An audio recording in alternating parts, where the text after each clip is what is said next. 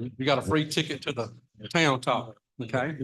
And so there's gonna, Kim's will discuss the questions with them, answer them. It's a back and forth like if you watch The View, it's sort of like The View. And then y'all have a chance to do that's the way we do it. We felt it was more personable that way for y'all, and I hope you enjoy it. So in just a few seconds, we're gonna get started. Thank y'all.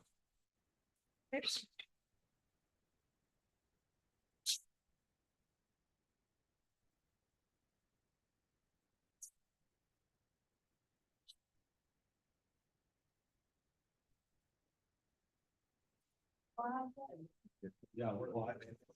Okay. All right. Good deal. Let Nancy sit down. No. Well, I'm gonna go through my spiel, then I'll introduce you, then you can start. After Dale, I'll turn it back over to you after I'm gonna introduce Delshana first, then I'll introduce you and then turn it over to you.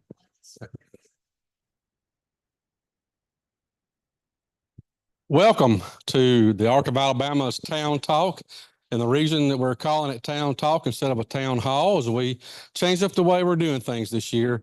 Instead of a lecture format, we're kind of doing a panel talk to be more personable with you, because you're here wanting to learn information about your loved ones and how to better support them. And that's what we're here for. Would like to welcome y'all here. Would like to thank you for coming in and being the live audience. And if you're watching it now live, or in the future when you're watching it on YouTube or Facebook, welcome and thank you for clicking on us and joining us. Okay. A few house rules before we get started. If you would please take your phone out and put it on vibrate. So we want y'all to get the full aspect of this event today, so you'll hear the questions. And if you're at home now or later, please just go ahead and turn your phone off, because you don't want to miss the stuff we got today for you. It's important. Okay. Secondly, if you have to use the facility, feel free to get up back to the hallway where you came in at, to the left. If you're at home, hit pause and you know where your bathroom's at. So we're glad that y'all are here for that. When we get ready and you hear some things going on and you're not sure you heard it right, or you have a question about it, raise your hand. I'll bring you a microphone. So yes, we'll be able to hear you in here, but we want the people on Facebook and YouTube later to understand what question you ask, because they're probably going to have the same questions. So they'll understand the answers. And when you're at home and clicking on this, you have a question, just email me at Tim@the Ark of Al. That's Tim@TheArkofal.org. And I'll get right back with you with those answers for you if you miss it. First of all, I'd like to thank the Ark of Tuscaloosa County for hosting us here today. And I want to introduce to you right quick and let her tell you a little bit about the Ark of Tuscaloosa. Is Miss Delshana Thomas. She's the Executive Director here. Delshana, you want to tell them a little bit about it? Good morning. Good morning. And again, we want to thank you all for coming out to the town hall meeting today, town talk meeting today. I am Delshana Thomas. I'm the Executive Director here at the Ark of Tuscaloosa. I also have Cassandra Lee here with us. She's our Program Director, and we will be here throughout the meeting if you have any questions for us about the presentation or the services that the Ark provides. We do provide 3 types of services here. We have have program. This is the facility that we use. We also have in-home services, which we refer to as hourly services, and then also support employment. Currently, we serve approximately 57 individuals in our day program, 200 plus in support employment. All of our referrals come through Alabama Department of Rehab Services for support employment, and then from Ability Alliance Case Management Agency for our day HAP services. When we receive a call from someone about services, we refer them to the call center with the Alabama Department of Mental Health, so they can go through that process for waiver services. We do have a few people here that pay private pay, that the family pays out of pocket for the individual, and it's based primarily on that individual's income, not the family's income. So we have people with waiver services as well as private pay. I know we're going to be talking about CWP. We are one of the agencies who are piloting the CWP program as well. So if you have someone under that waiver and would like to receive services, we are a program that can provide those services as well. Am I missing anything, Cassandra? Okay. And we will be here throughout. So if you have questions for us, feel free to ask. Thank you again. Thank you, Delshonda. Appreciate that. Today's host is Miss Kim Spangler. She is the Family Outreach Coordinator for the ARC of Alabama. During today's event, you'll notice that Kim will be changing many personalities. Okay. One, she'll be a professional through her ARC job. Another time, the mama personality will come out in her, but no need to worry. No need to be scared. They're all friendly. She'll be always smiling unless you ask something negative, and then she'll see the personality her husband Steve says, get out, that personality. So, but without further ado, I want to turn it over to Kim and introduce her panel. Thank you, Kim. Kim is just calling as a comedian. I see. I appreciate everybody taking your time on a Saturday morning in the rain to come out and be with us here. We've got multiple people watching online as well. And what we've seen by doing it this way, the hybrid technique, is that we've got lots of views that come after if they weren't able to make it. So this is exciting. We're part of that post-COVID era where we can do both. So we do. And on that note, what we're going to try to do today is cover a lot of information in a short amount of time.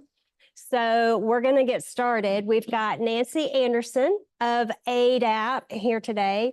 She's interim director at this point, and they are doing great things here in Tuscaloosa. They have been for quite a while, but I'm going to let her share who she is, what they do, how they do it, and a little bit more about the waiver system and how it all kind of relates to HCBS. Do y'all know what HCBS stands for? Home and Community-Based Services. All right, so that's the new catchphrase or keyword, hot topic these days is home and community-based services.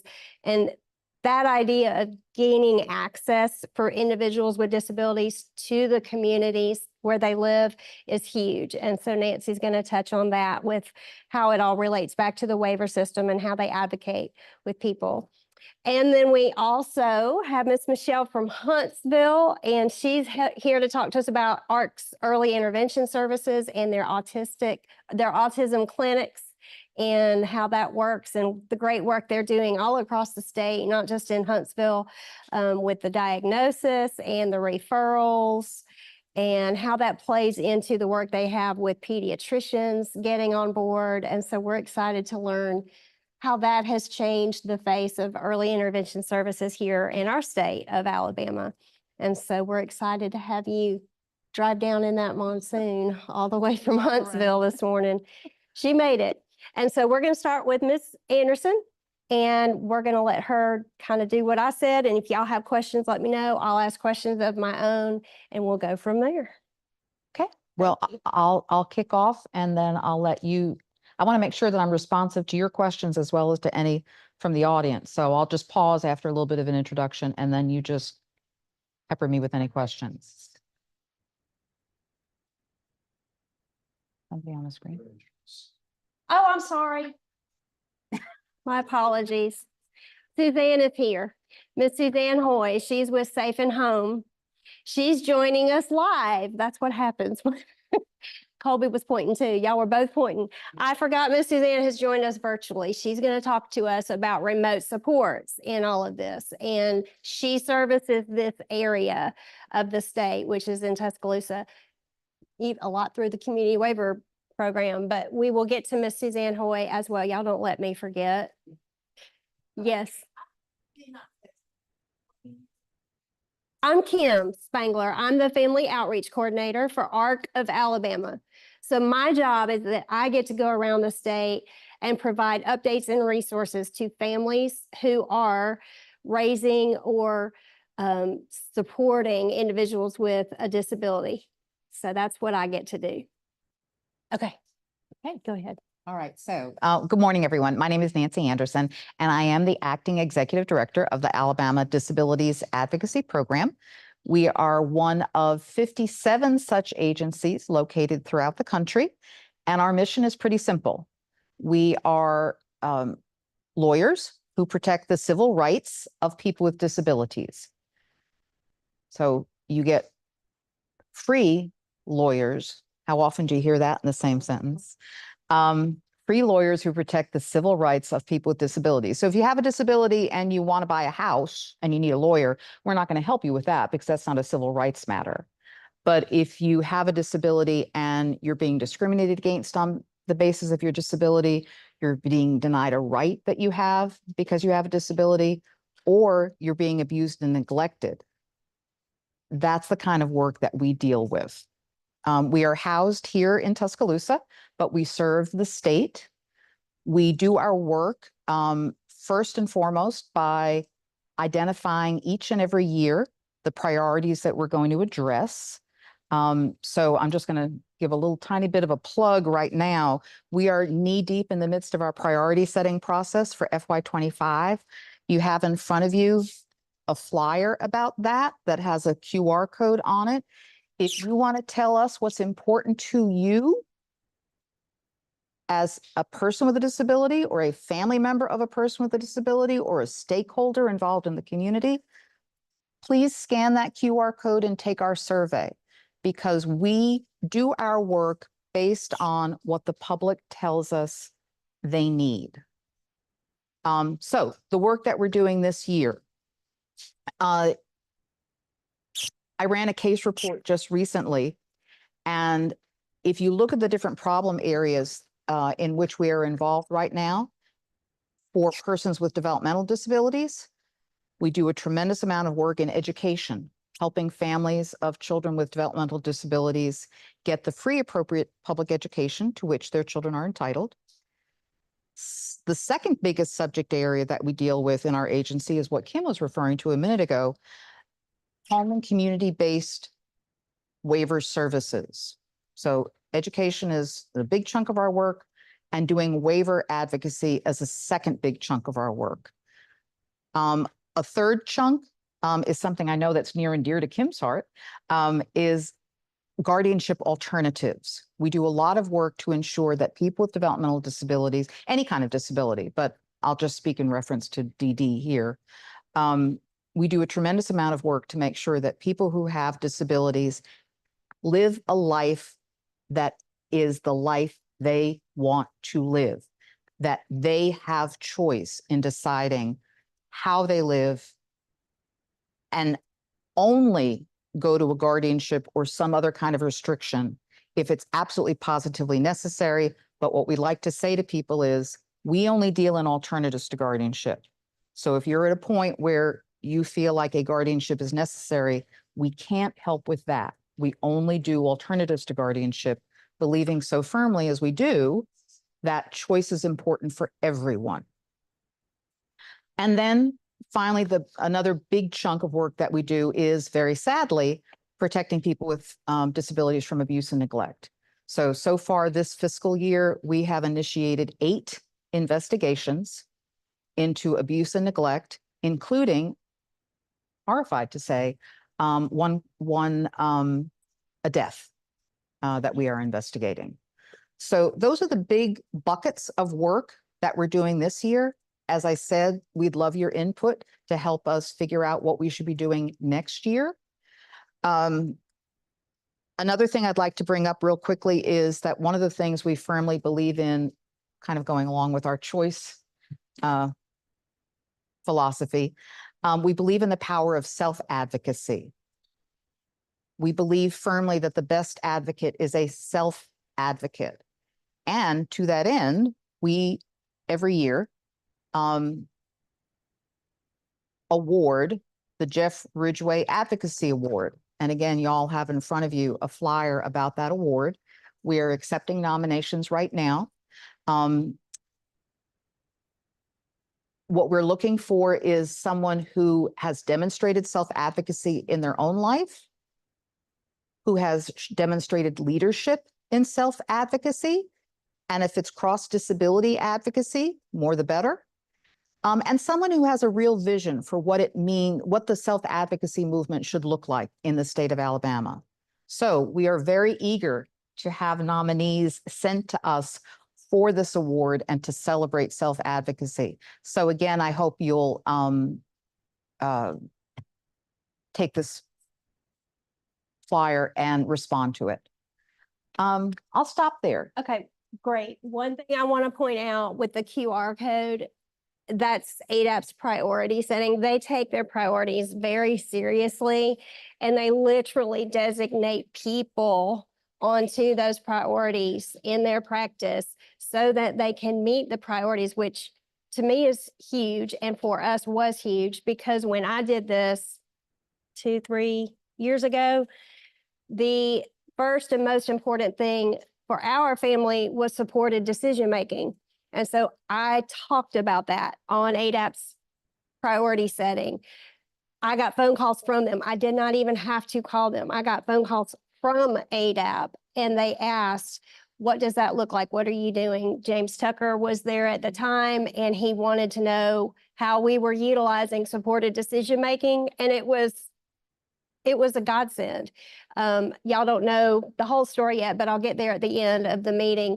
But one thing led to another, and there was this huge effort in this field for people who advocate with and for people with disabilities that ended us getting to the point of passing legislation for our state in Alabama, which created an alternative for guardianship called supported decision-making. So I don't want y'all to dismiss the value and the importance of these priorities ADAP sets, because they have plenty of connections around the state, and they intentionally work toward those priorities every year based off of the input they get from families and individuals. So that's a pretty big deal. So take this opportunity while you can to do that. Please. Yeah. So one thing I want to note about what you said was one of the biggest parts of your work were families with children in school. Mm-hmm. So when I first met ADAP and I came to know Nancy and James and different people in their practice, who they were and what they were doing, it became obvious to me that I was way behind on the learning curve with what I needed to know about IEPs and IEP services and what to expect for my child in the school. When I went to ADAP, all I had to do was ask a few questions. I was given a book. Education is a Right, Not a Favor is the name of it. It's still out, I think. Yeah. Did some reading, asked a few more questions, and we were set straight and connected with the right people to get the things done that we needed to get done. It wasn't easy. It wasn't something that just happened overnight, but with persistence and support from ADAP, it did come to fruition and things ended up working out. So as a parent, what Tim was referring to with my personalities is my hat. I call them my hats. We got to put on different hats. So with my mom hat on, I would highly recommend, if you know people who have children in the school system that are seeking services, whether it's through a 504 or an IEP, to refer them to ADAP, even if they think they don't need them yet, because they probably will need them at some point, but just to be able to get the resources that ADAP has in their hands into the family's hands is a huge service for that family and that child. So talk to us about some of your best experiences in an IEP setting going forward where something was not going well, and then because of ADAP's help, it changed and ended up okay. Oh, gosh. A lot to choose from. Yeah, well, so appreciate the fact that it's been a number of years. Well, no, actually, I have done some direct special ed advocacy recently. We are still in the midst, I am still in the midst of helping a mom whose son has an intellectual disability and autism, lives in a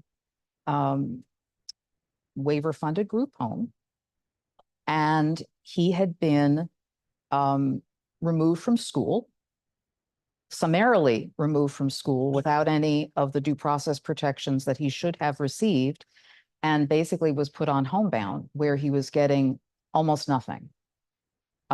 So our advocacy focused on telling the school, you shouldn't have removed him from school. That was wrong. And we need to get him back into school, into a full-time program. And oh, by the way, you also have to do a reevaluation of him, because it's been years since you reevaluated him. He's gone from being a pre-adolescent to, I think at the time he was 18 years old. And a lot changes in those years. You need to learn about what has changed in those years. And also, you're not doing a whole lot by way of providing him transition services to get him ready to be as independent an adult as possible. So that was a case that, in fact, we're trying to schedule an IEP meeting for the week after next for this young man. To get him back in school. No, he's been back in school. But now it's sort of like, okay, what is the next step to making sure that things go well for him? So that's a complete turnaround from not being in, and to be honest with you, a lot of the cases that we deal with are where children are not in school at all, or they are being so served in such a way that them being pushed out or dropping out is a real possibility. right. So as a threshold thing, bread and butter FAPE issues, free appropriate public education issues, are always there. But if you're not physically in school and being given the opportunity to learn, you don't even have the opportunity to get any kind of FAPE. So a lot of our work on behalf of kids in the educational system focuses on getting them in school and making sure that they can stay there. So that's the way it was for this young man. Right. It's wonderful. Yeah. I'm sure you have plenty of examples of that through the years.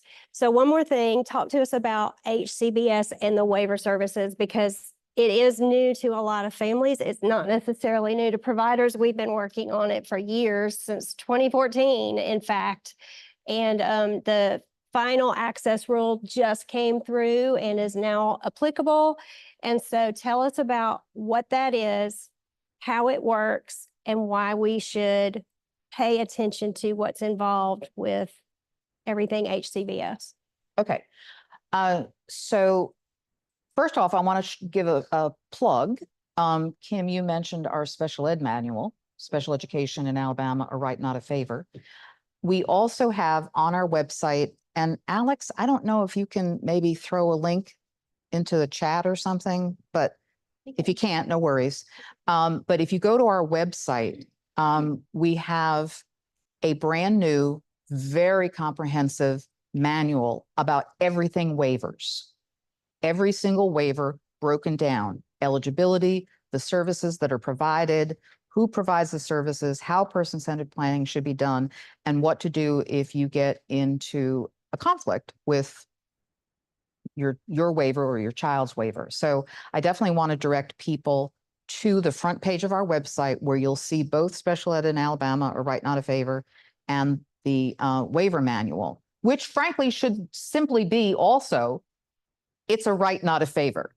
Because once you are made eligible for a waiver, you have certain rights that attach to your status as a waiver beneficiary. So when you're provided a waiver service, it's not because anybody's doing you a favor, to kind of follow up on that motif. You actually have a right to a service that you need. So that manual, which again, it just came out within the last few months, is a very good resource for anybody to look at to understand their rights. But basically, the HCBS, and I think you might be more specifically thinking about the settings rule. The HCBS settings rule is basically the federal government saying, okay, there was this court case years ago called Olmstead, which basically said that people with disabilities, when they're provided services, they have to be provided essentially in the most integrated setting appropriate. We, the federal government, are not paying money to states to have them sequester away people in institutions. sitting here right now, we are no more than a stone's throw from the last ID facility that Alabama was running, the Partlow Center. Anyway, to kind of move forward. So there was Olmsted, the Supreme Court case, which said if you're going to provide services, you need to do it in integrated settings. The settings rule basically, when it comes to waiver services, puts the meat on those bones. It says that when a waiver service is provided, it has to be done in a way that really, really means community living for the beneficiary. And the settings rule itself lays out a variety of different rights that a waiver beneficiary has under the settings rule. We do trainings about the ADA, we do trainings about waivers, we do training specifically about the settings rule. I could probably sit here from now until 3 o'clock in the afternoon talking about any one of those things. I think what's important as a takeaway for you is that when you are a waiver beneficiary, you do have rights. The rights have been maybe, I don't know if fleshed out is the term, but they've been made much more explicit maybe through the settings rule, what you're entitled to, what should happen in person-centered planning. And so as a starting point, I would suggest you go back to that manual and take a look at it. And anytime any of you might want us to come and talk about the settings rule, we are more than happy to do it. So I'm gonna put my mom hat back on again. Right now, Colby is living his best life independently, not utilizing waiver services, utilizing a team of supported decision makers to do everything that he does. However, I'm very aware of the fact that I'm not going to live forever. My husband may not either. And so Colby is learning to self-advocate to keep the supports that he's got in place right now going in the event of. But what if there were something to happen and Colby needed to start utilizing waiver services? I need to understand how to get the waiver services, what waivers are available and what they look like, compare and contrast. We've got some of those handouts for you. We'll put the link up online. But also I need to understand, really importantly, what that person-centered plan, some places call it the individualized support plan, but what that person-centered plan actually is and what it's supposed to do, so that Colby will know and understand and be able to utilize his supported decision-making team to create that person-centered plan in our absence. So talk to us about the value and the importance and the legality, I guess, of a person-centered plan. Oh, the person-centered plan drives the services which are then provided under the waiver. So could I impose on you to go get that sheet that I know you're talking about? I didn't grab it. What, ma'am? Understanding that you take waivers. Right now, we only have it available online. We're still, the author of it is still making revisions to it. So we're trying to figure out how and when we might print it. To be honest with you, we're trying to rely a lot more on the web and doing sort of screen to print of materials. But it's available online and you can scroll through it. It's very comprehensive. So what I imposed on Kim to go and get me is a list of the different waivers which are run in the state of Alabama. And this is actually put out by the Medicaid agency. And it's a pretty darn good, quick handout. It describes the purpose of each one of the waivers, who the target population is. I have to talk loud? Oh, okay. This will be, here, but I'm not running your audience with that. And not everybody in the back. Oh, in the back they can't hear. Oh, I'm sorry. I'm sorry. Okay, I will yell. So what is the purpose of the waiver, who the target population is? And basically the way Alabama's waiver system works is you have two separate populations of people. You have people who have an intellectual disability, and there are a series of waivers that they are eligible for, potentially eligible for. And then you have people who, but for a waiver, would be eligible for entry into a nursing home. So I like to think of them as the ID waivers and the nursing home waivers. And so this handout describes that. And then importantly, right in the middle of the page here are a list of all the different waiver services that are available under each one of the waivers. So what Kim was describing, the person-centered planning and why it's so important, when you're sitting down with someone in a person-centered planning meeting, you're finding out what kind of life do you want to lead? What do you need to lead that life? What are your strengths? What are your needs? Where do you need support? Whether it's in independent living, employment, healthcare, you name it. And once that vision of what your life is going to be like, or what you want that life to be like, then you basically say, well, all right, where is it that a waiver service can plug in and support that vision?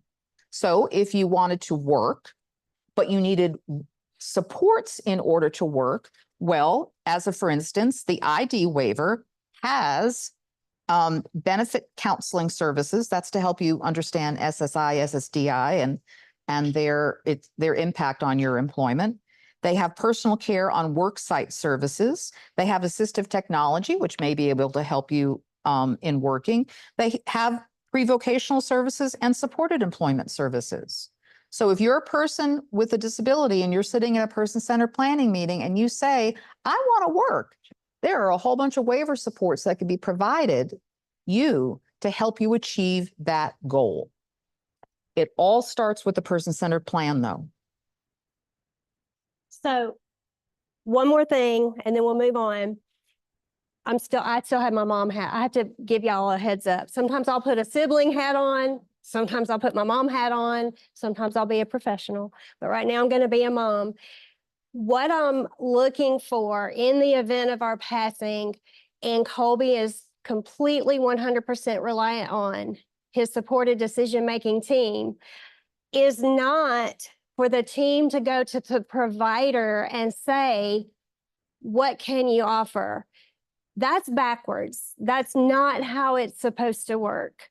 What you're supposed to be able to do is create a plan, a vision of what the best life would be for this person, and then decide through the waiver system which waiver best fits that vision, and then go to the provider and say, this is the waiver, these are the dreams, these are the goals, how can you help? That's how it's supposed to look.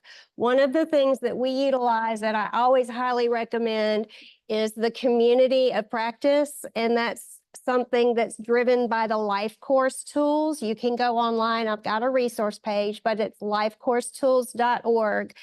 And the way it's set up is to design some very intentional goal setting throughout the life domains. And so you have employment, you have medical, you have safety, you have financial, you have spiritual, you have advocacy, you have all these domains that we all operate in our daily lives. And then it talks to you about where to find the support in each of those domains that you think your child might need. And it's not hard. It's a very easy set of tools. I always recommend it to families, but that is what would be driving Colby's person-centered plan, or ISP, individualized support plan. That's what we would use to set that up. And so going forward, I just wanted to put that out there, that what we see a lot of families do is just go straight to the provider once they get approved and the waiver's already been chosen, and the provider says, here's what we can do, and then they accept it unknowingly or unwittingly. That's not really how it's supposed to work. It's supposed to be the other way around, where the individual drives the plan and the services. Did I say that right? I think you did. And I think what you're emphasizing is that a waiver plays a role Right. in a person's life. Correct. But it isn't the sole role, and the community, the supported decision-making team, and community supports, naturally occurring community supports, shouldn't they also play a role in helping any person live a good life with this kind of support plugging in where needed? But this should not be the end goal. It shouldn't be the only thing. Somebody's life you should have a bigger vision for your family member's life. And I think, to your point, the community of practice and supported decision-making helps kind of center that first, and then this where needed. Right. Did I say that right from your perspective? Yes. Okay. That is exactly what I was thinking and trying to say. Those of us who are fortunate enough to have a waiver, and I've lived in states where we were 9 years on a waiting list. So believe me, our son is 28 now. So we're very grateful for having a waiver. But what is interesting is that the waiver did limit the amount of services he was going to be able to be provided by the waiver, with the maximum units. And we have an amazing support coordinator here who's excellent. But even when we recently made a change from one provider to another provider, we were told the units were going to decrease. And if the individual hasn't changed, the person-centered plan hasn't changed, why did the units go down? So the reality of these waivers and understanding, while they may not be, as you say, the be all end all, there is a practicality of the way it interacts with services for you as an individual. Does that make sense? And so Yes. what is interesting to me is whenever you appeal something, so they said if he was on a particular waiver, he's on the living at home waiver versus the ID waiver. If he was on the ID waiver, there would be a different set of units. There would be a different maximum. And so the appeal for the ID waiver were denied, had even a call for the appeal, still denied. So then what do you do? I'm going to So defer I to hear Nancy. you saying they shouldn't be the be all end all, but as a parent who's trying to advocate for your child to make sure they're getting what they need, especially if there are maximums or if there are requirements and you appeal and they don't go through, how much time and energy do you keep at it? Continue. Mhm. It would be just great advice, I think. Let me go back to the person-centered plan. Uh-huh. It's the thing that drives.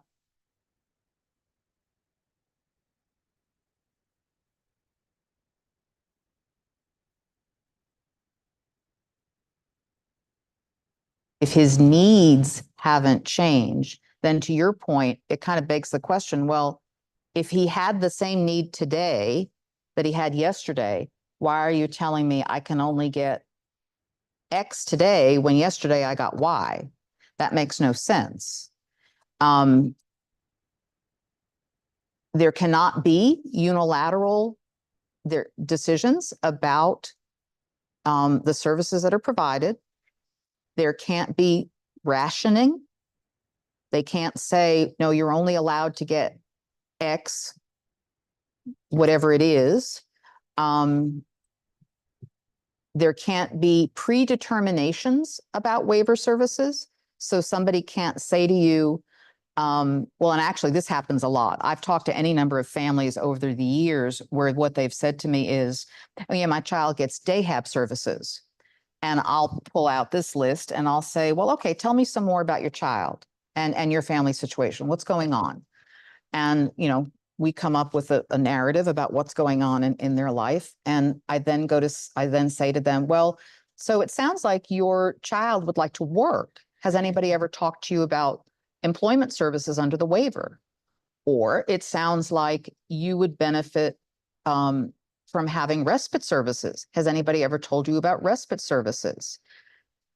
And the families uniformly say, no, nobody ever told me that any of those things that you're describing are in fact available. Well, Yep.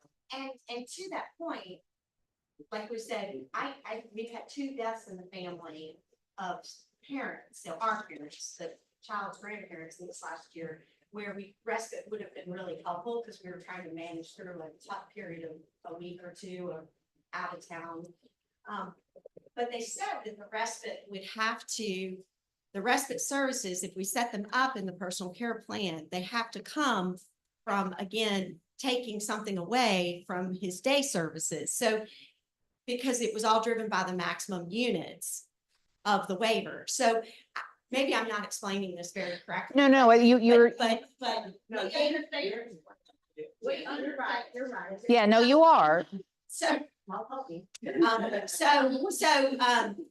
the, what I think would be amazing, and we've heard amazing things about ADAP, is I feel badly that we've not engaged maybe the way we should, because what I'm wondering is, we run out of time and energy in managing these appeals and everything else, but we do want to make sure, as you say, if something happens to us, which will eventually, as you're 60 years old, then we want to make sure their person-centered plan is set up well. Yeah, we spend so much of our time as parents negotiating elementary school, Yep. junior high school, and then you get them to adulthood. You think we're gonna coast now. It's worse in adulthood than it was ever while they were growing up. And we've been in a status quo for several years, but I'm older. Caleb's getting older. And like she said, I've had a lot of depression the past few, almost like survivor's guilt is what I attribute it to. That when you raise your children, you think they're gonna leave. And well, Caleb's with me forever. I mean, we're ride or die. But when the waiver services, you go like, well, we need this. And they're like, oh, you're out of time. I don't know. And then, so it's really frustrating. And to know if I had a guide that I could go back and say, like your book with when he was in school, I know what my rights are. You got to do this. And I don't have that book, but now it appears I have that book. So I will be going to get it. But they gatekeep so much information. They're like, yeah, but that's what I get a lot. Yeah, but no, I don't hear any buts. I don't do well with those. And, I'm the wrong person to be messing with, because then I'll go dig into the law and then it's Katie bar at the door. We're in a fight over a 30-minute recess. I mean, that's just where I'm at with the whole situation. But they gatekeep so much information on these waiver services. You're just lost. They inundate you with paperwork and their terminology. And as a parent, you don't really get all the terminology. Yeah, it's just like swamp water. The use of the term gatekeeping is a very good one. And I think what we try to do in the materials that we put out and in the self-advocacy assistance that we give and in the trainings that we do is to rip that gate off the fence and let you get in. I'm sorry. This is Ellen Bowman, and I said I wasn't gonna talk too much, but I will say there is a gatekeep. I've been doing this for 28 years. I know you. And I've been doing this for 28 years too. But I will say, we have to be educated, and I jump on every board, every opportunity to be educated. And I still haven't figured it out, after being in this process for over 10 years for adulthood. But I will say what I have found from the top up to the bottom down, there is a break in communication. And we, instead of going to the Bible and finding the scripture, finding the policy, finding where it's written, we're going by word of mouth, and that misinformation is being told from person to person. That's what I feel, is that it's not coming from here all the way down. Right. And as we change as we change case managers, as we change directors, the information is not being relayed, and it's the old way of thinking that continues. I'm not taking up for anyone. I'm just saying that That's a big problem. it's a problem.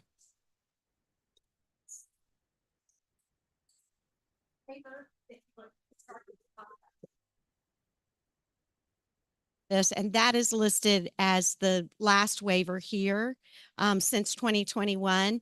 If we are currently on another one of these waivers, are we now going to stay on these waivers? Because this is a question I haven't been able to get an answer to. So are we going to stay on our current waiver? Are we going to all be moved to the community waiver program? Or how is that? Or do we know yet? For right now, you're all grandfathered in, but anybody new who enters the waiver program in one of the pilot sites, one of the pilot counties, for instance, the ID waiver would no longer be available. What they would be enrolled in, if they were eligible, is the community waiver. So Tuscaloosa is a pilot site, but you said two different things. So make sure. So if we're at a living at home waiver, we stay there. We're grandfathered.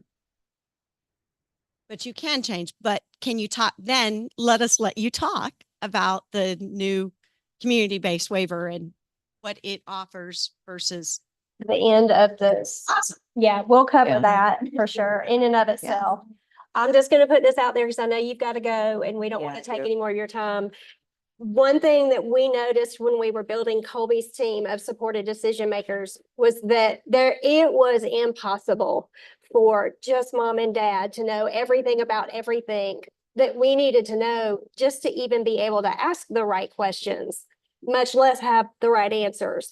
And so what developed from that was our own advocacy and going out and finding the experts, just like on Colby's team, they're all experts in each of these domains, finding the experts in these areas with this background of knowledge that we could go to. ADAP was one of those, a huge one of those for us. The DD Council was one of those. You said, and all of the research that they have was one of those. So within this community of practice purple folder for families, they've broken down different experts in each of those domain areas that I highly recommend parents look through, go to their websites, make some phone calls and ask the experts, because that's where you'll begin to get to the level of education you need to get to be able to ask the right questions to find the answers. And Okay. I'm just going to say in closing, Ellen said something that is really smart and important. I'm sure you say smart, important things all the time.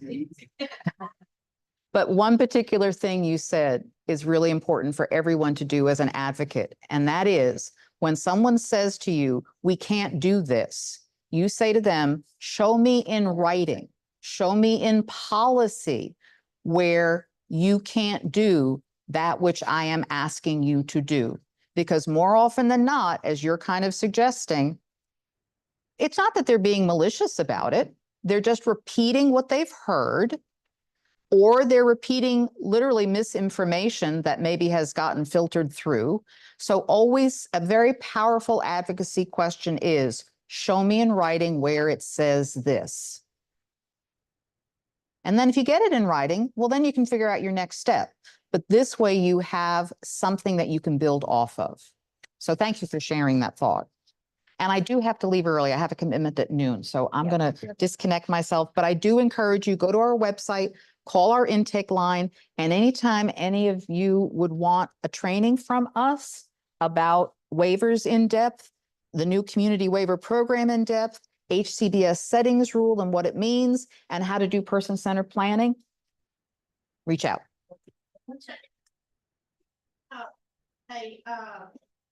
Link to that. It's on the Medicaid. Ellen, I probably still have your email address from a zillion years ago. But it's, if you go to the Medicaid website, there's a drop-down column. I forget what it's labeled. I've got the link that I can. Okay, pass can you out. send it out? Okay. The digital version of that. We'll get you. Thank you so much, Nancy. I appreciate it. All right, we're gonna quickly move to, good job. We appreciate your time. Are you leaving those for us? Leave all that. Okay, perfect. And please, priority settings, Jeffrey, wait on the needs. All right, so we're gonna quickly move to Suzanne Hoy with Safe and Home. She's actually taking time away from a family gathering right now to join us, and I hope that we haven't taken too much of her fun or her time away. but I'm going to pass things over to Suzanne. She is the local representative for remote supports, specifically through the waiver system. That company happens to be named Safe and Home, but she's going to talk to you about the assistive technology used in remote supports and some testimonies and stories about how people's lives have changed through the use of remote support so that they can live more independently. So on that note, Suzanne, I'll let you take it away. Thank you, Kim. Can you guys hear me okay?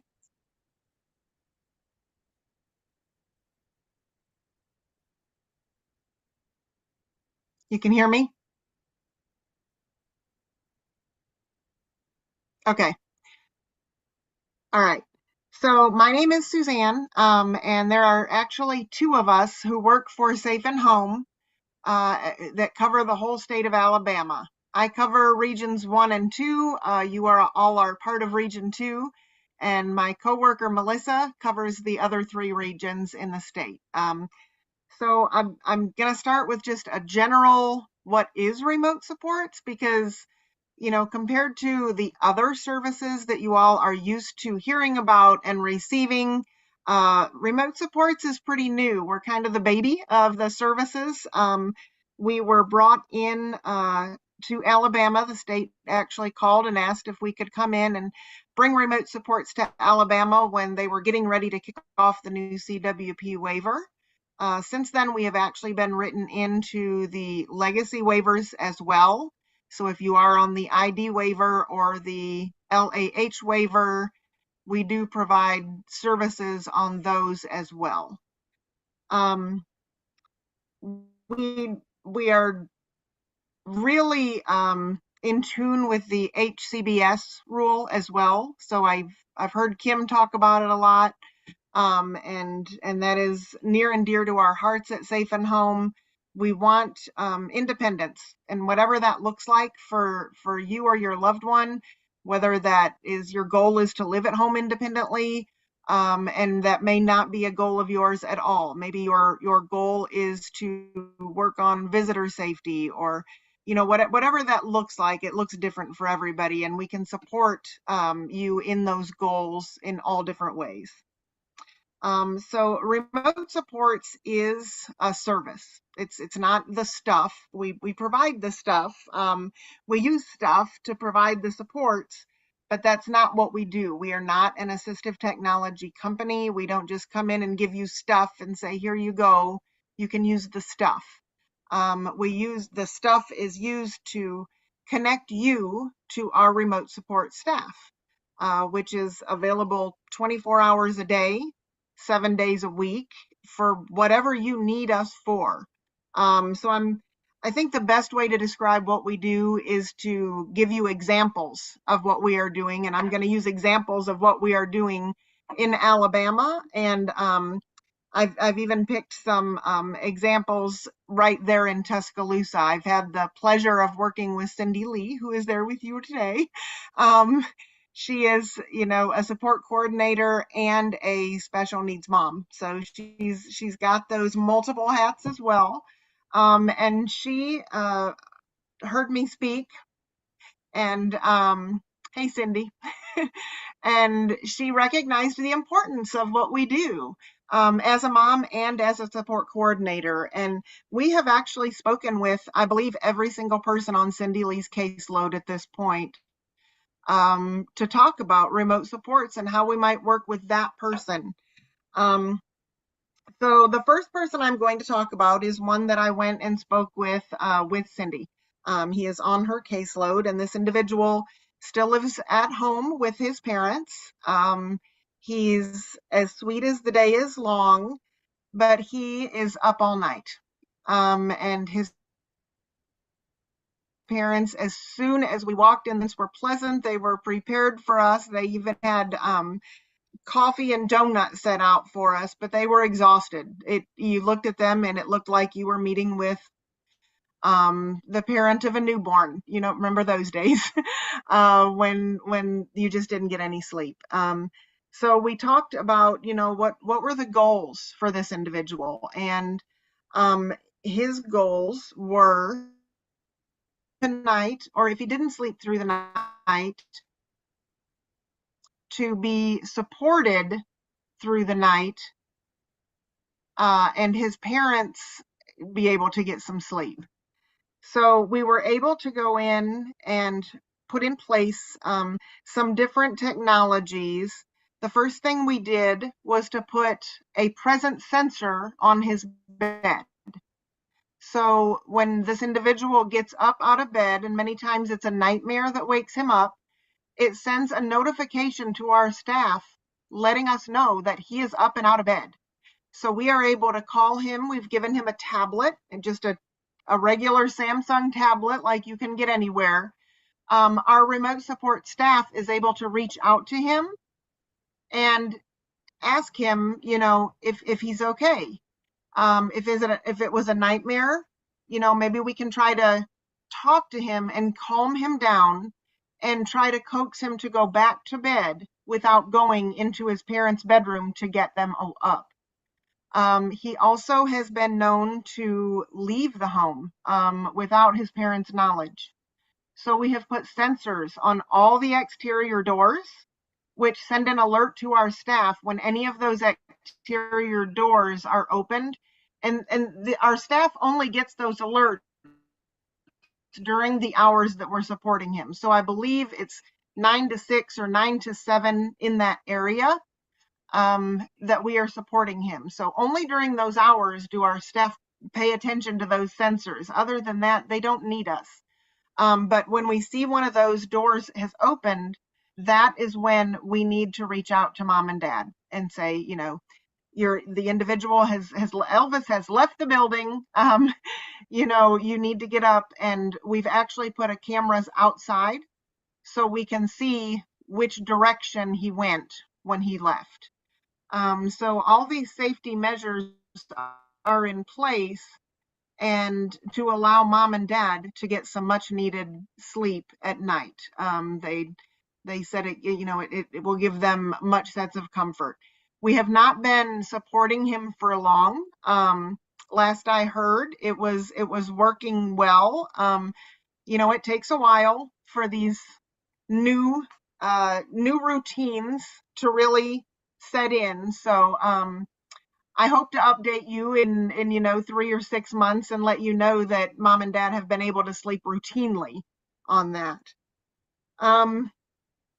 Another individual we are supporting lives in a residential setting, a group home, and this individual really wanted some independence. His end goal is to live independently.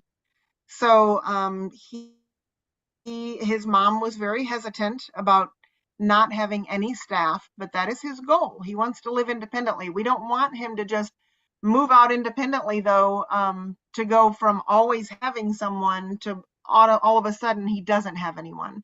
So what our plan is for him, and his devices will be installed this coming Tuesday, we are going to put in place, he loves to make himself breakfast. So we are going to put a shutoff on his stove so that if he forgets to turn the stove off, it will automatically shut off if there's no motion detected in front of it in 5 minutes. So we're going to, reduce the risk for any fire hazard.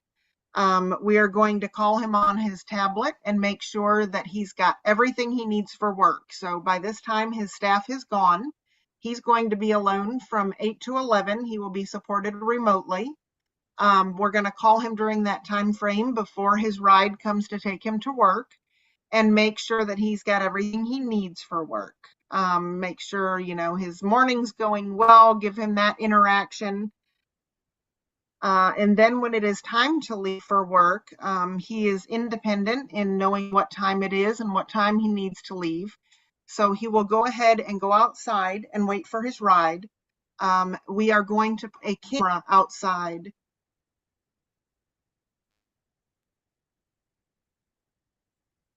to make sure that we cares. And his mom was afraid that if somebody other than his ride came and offered him a ride, that he would take it.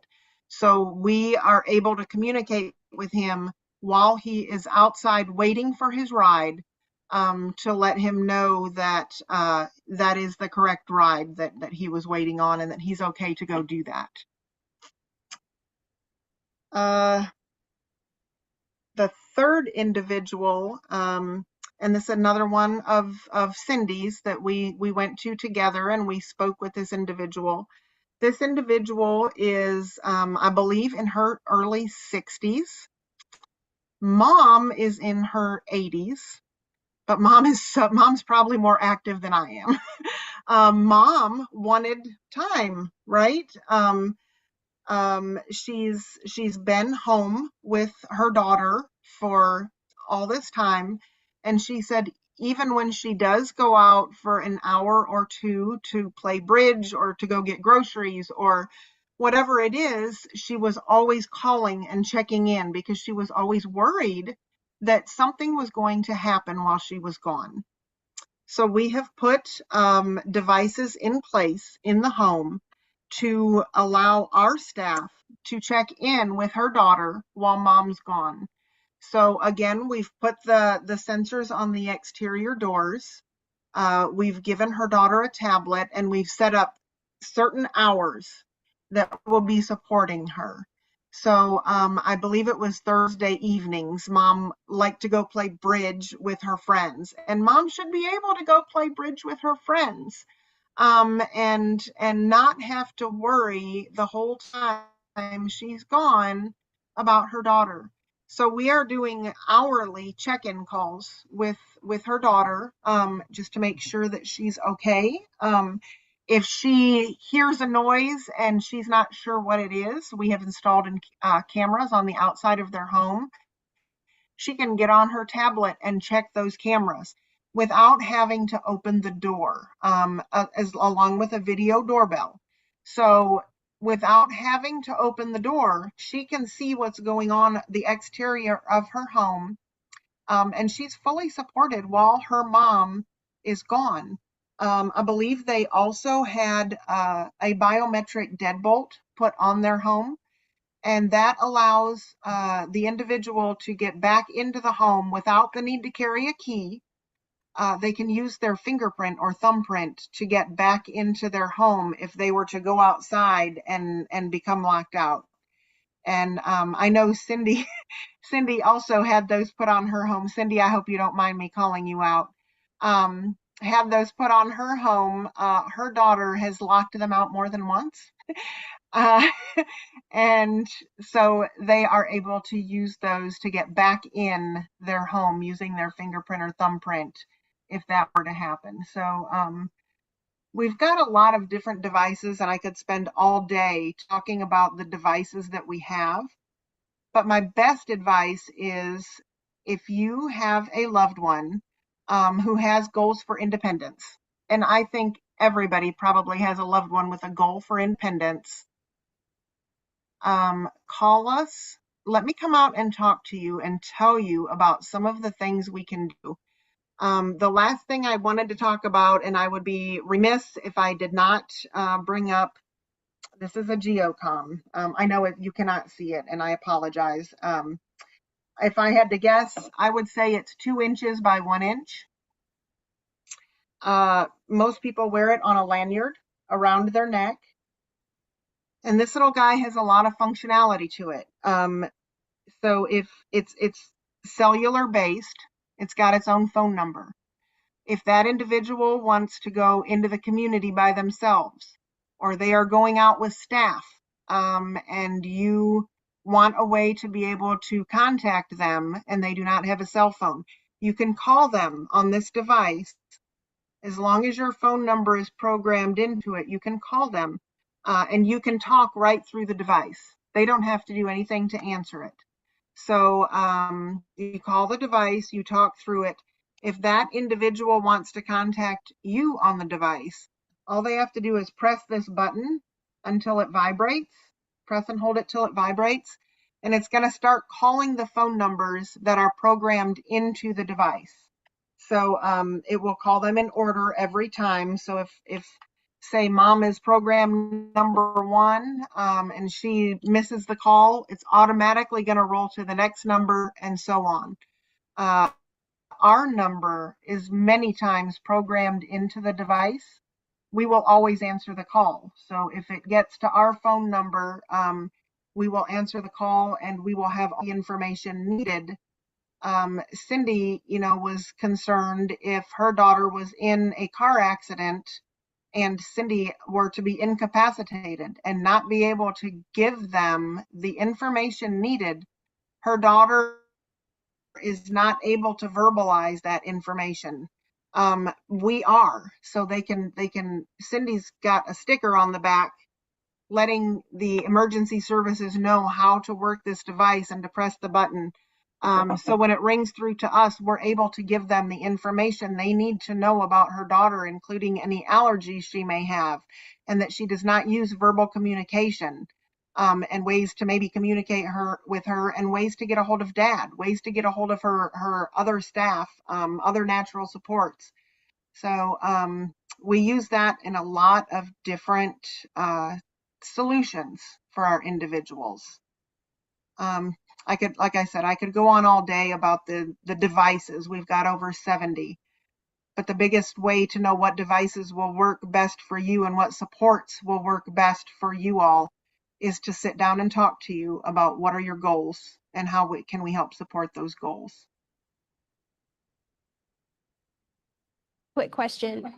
If people want to get in touch with you through their support coordinator, what's the turnaround time between, okay, we see we have a need, this might work for us, we want to get things rolling. They contact you, somebody comes out. What does that look like? What amount of time lapses between the initial call made and then the supports in getting put into place? So that's going to vary. It's going to vary on, everybody's schedule. We got to find a day that's good for everyone that we can all meet. But once we have all met and talked about what we want, the support coordinator will enter request for the services into the system, and then it will go to the regional offices for an approval.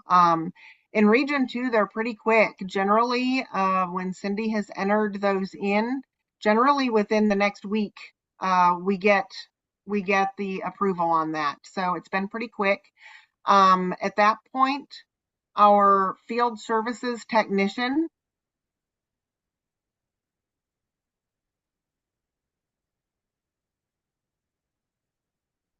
will call to make sure that they know how to use the devices, make sure the devices are working correctly, and usually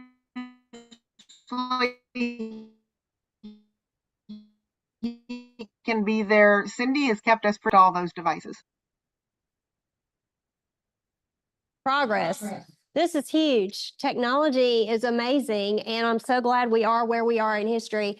Many people may not know or have a working knowledge of the history for providers in this field, but nationally, and really even internationally, but nationally, for the last 10, 15, 20 years, it has been difficult to find enough people who care enough.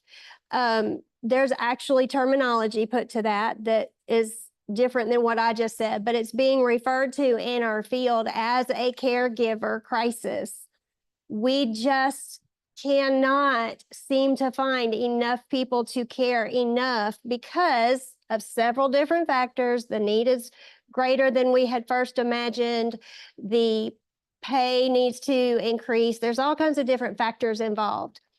But the bottom line is remote supports have answered that need. They have put into place an application available to people that was not available before because of technology and our ability to use it the way we do. So this is really exciting. I can't wait to see what it looks like 5, 10 years from now if we can already do this much now. So going forward, I can see lives changed in a big way with remote supports. Suzanne, give us your contact information so people online and here can contact Safe and Home and know we've got another expert on our team to answer questions we may not know we need to ask. Sure. So my email is probably the best way to get a hold of me. My email is my first initial last name, shoy @safeandhome.com. So nice and easy. My phone number is 256-970-9337. And I'm always, always happy to have a conversation. Talk to you, even if your loved one is in a group home or residential setting. We're working with several providers throughout the state to provide overnight supports, or maybe one housemate needs to go to work and the other one doesn't want to go along. We're working to fill that 3-hour, 4-hour period where they can stay home independently while their roommate goes. So always happy to have a conversation. Before we let you go, I want to make sure there's no questions from our audience for you. But I think we've learned a lot, and I know there's a lot that we still have yet to learn, so I'm looking forward to getting the information out there. Thank you so much for joining us. Thank you, and thank you for allowing me to join remotely. My grandbabies are here. I didn't want to miss that time with them. Thank you. Thank you. All right, so next, last but not least, I'm so sorry it took us this long, but we are getting some good stuff here. We have got the pleasure, the honor of having Miss Michelle. She directs the autism clinic in Huntsville out of the Arc of Madison, but they operate throughout the state. And so they have developed a program within the last few years that has grown exponentially, and it's doing wonders for early intervention services. So we're trying to cover the whole entire lifespan in this town hall talk and give y'all the updates from each age and stage of life. So she's here to cover that early childhood age. And so I'm not going to take any more of your time. I'm going to let you get into it, but I may ask you some questions. I'm with Nancy. I could sit here and talk all day about this stuff. So we're super excited about this, but I'm with the Arc of Madison County in Huntsville. Susan Klingel is our executive director up in Huntsville. We are, as advocacy, we see where we can fill in and what the need is. So we have always been an early intervention provider in Huntsville for Alabama's early intervention system. But as a service coordinator and also a program director of our early childhood program, I saw a lot of little kids that were on my caseload, low income, that were driving from Huntsville to Nashville or Birmingham to get those autism diagnostic services. And then when they were driving those 2 hours away, it was a 18-month to 2-year wait list.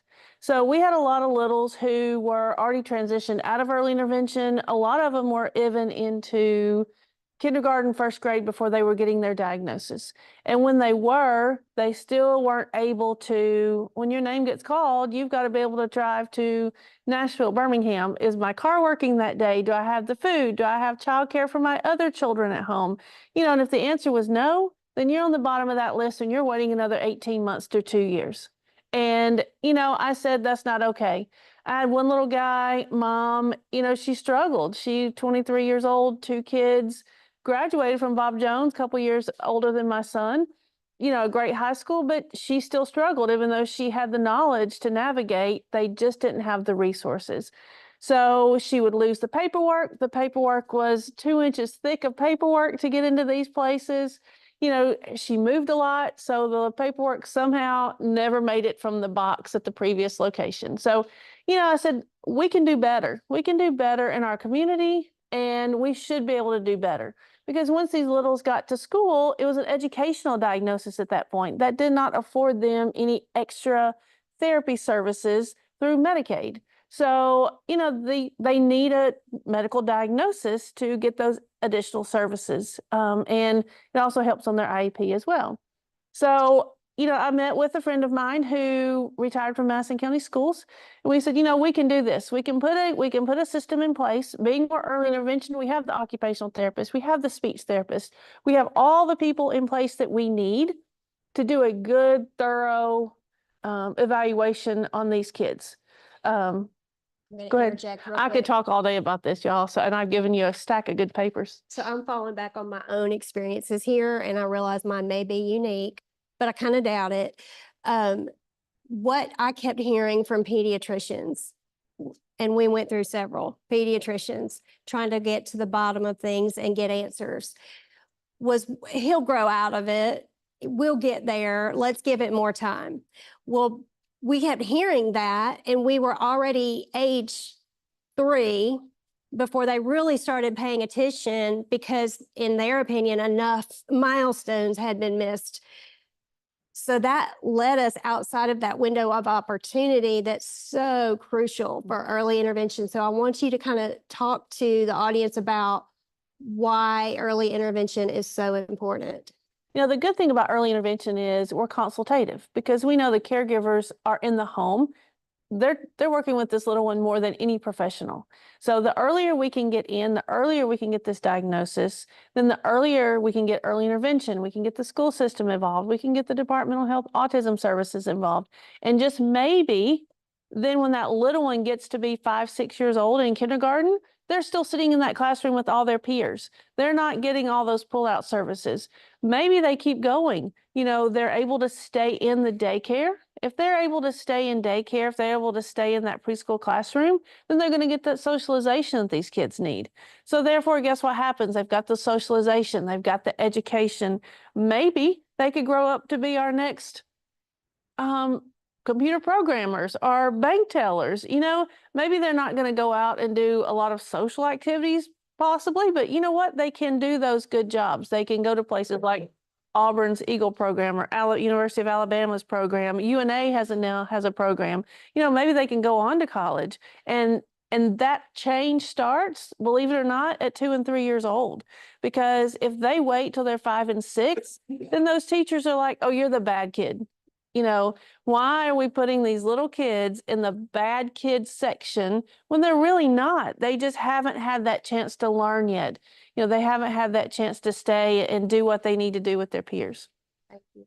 So our goal is to make a change. We've had we go birth through 6, so that's 6th birthday with our autism diagnostic clinics.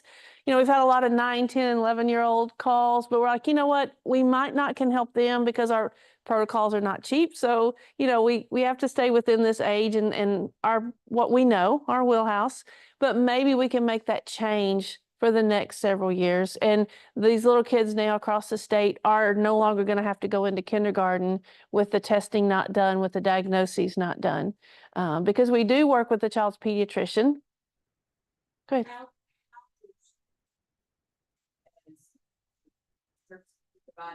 Work with the elementary schools. Are they receptive of what you're doing? They are. Repeat the question. She's asked, how do we work with the elementary schools? We work kind of like we do the beginning services. So we get all of the testing completed. We do a full speech evaluation, an occupational evaluation, a sensory. We do a behavior profile. We do a developmental. We do the ADOS or MIGDAS if they're Spanish speaking. And then we do a parent interview. So when our evaluations, which you guys have that in your packet at the table, when we get our evaluations finished and that little one, if they're 3, 4, they can now take that to the school system and they're ready for their IEP, is what we've heard. I run across everybody if I've got an ARC shirt on, and they're like, "Oh my gosh, do you work at the ARC?" And I'm like, "Yes." They're like, we have your evaluations. This is wonderful. All we have to do is do a hearing and vision, and we're ready to write this little one's IEP. So on the front side, we're helping these families. They've got the data, they've got the information. It helps them a little bit. They're not having to go through all the evaluations with the school system. The little ones aren't being evaluated by somebody they don't know because they're coming into our facilities.